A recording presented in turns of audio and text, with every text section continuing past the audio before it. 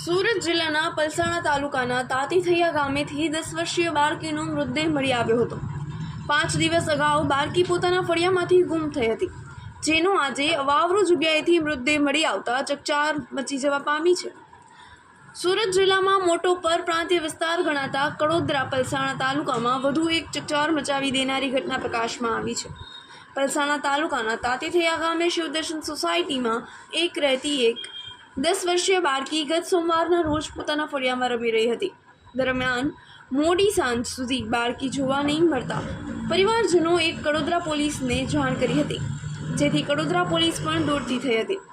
સાથે જ સ્થાનિક પોલીસ ઉપરાંત જિલ્લા એલસીબી અને એસઓજીની ટીમ પણ બાળકીને શોધવામાં કામે લાગી હતી, જેથી પોલીસે આજુબાજુના ગામની સીમમાં પણ શોધવાના પ્રયાસ કર્યા હતા। બાળકી ગુમ થયાને આજે 6 દિવસ બાદ બપોરના સમયે ફરી એક ફોન કોલ આવ્યો અને કડોદરા પોલીસ સહિત જિલ્લા પોલીસનો કાફલો દોડતો થયો હતો, જેનું કારણ એ હતું કે સોમવારના રોજ ગુમ થયેલ 10 વર્ષીય બાળકીનો તાતીથૈયા ગામેથી જ અવરૂ જગ્યાએ ઝાડીમાંથી મૃતદેહ મળી આવ્યો હતો।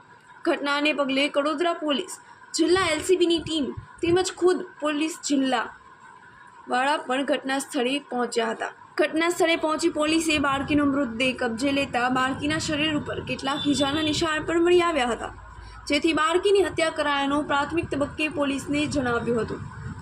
સાથે જ બાળકી સાથે કોઈ બદકૃત્ય થયું છે કે કેમ એ સમગ્ર બાબતની પણ તપાસ માટે પોલીસે બાળકીના મૃતદેહને ફોરેન્સિક પીએમ માટે મોકલી આપ્યો છે, જેથી હવે બાળકીની કઈ રીતે હત્યા કરાઈ તેમજ તેની સાથે કોઈ બદકૃત્ય કરાયું છે કે કેમ એ તમામ बाबतों हमें पीएम रिपोर्ट बाद ज बाहर आ सके तेम छे। के वक्त कड़ोदरा पुलिस स्टेशन के तातीथैया गांव में एक 10 से 11 साल की बच्ची गुम हुई थी, जिसकी इन्फॉर्मेशन इसके परिवार वालों ने 18 तारीख को शाम को पुलिस को दी थी और तुरंत ही एलसीबी, एसओजी और इंचार्ज डीवाईएसपी की टीम कड़ोदरा पुलिस की मदद के लिए आके यहाँ पिछले 3 दिन से 4 दिन से इस बच्ची को ढूंढने की कोशिश चल रही है। डॉग स्क्वाड की भी मदद ली गई थी, सारे सीसीटीवी फॉरवर्ड बैकवर्ड सब लिंकेजेस से चेक कर लिए गए थे।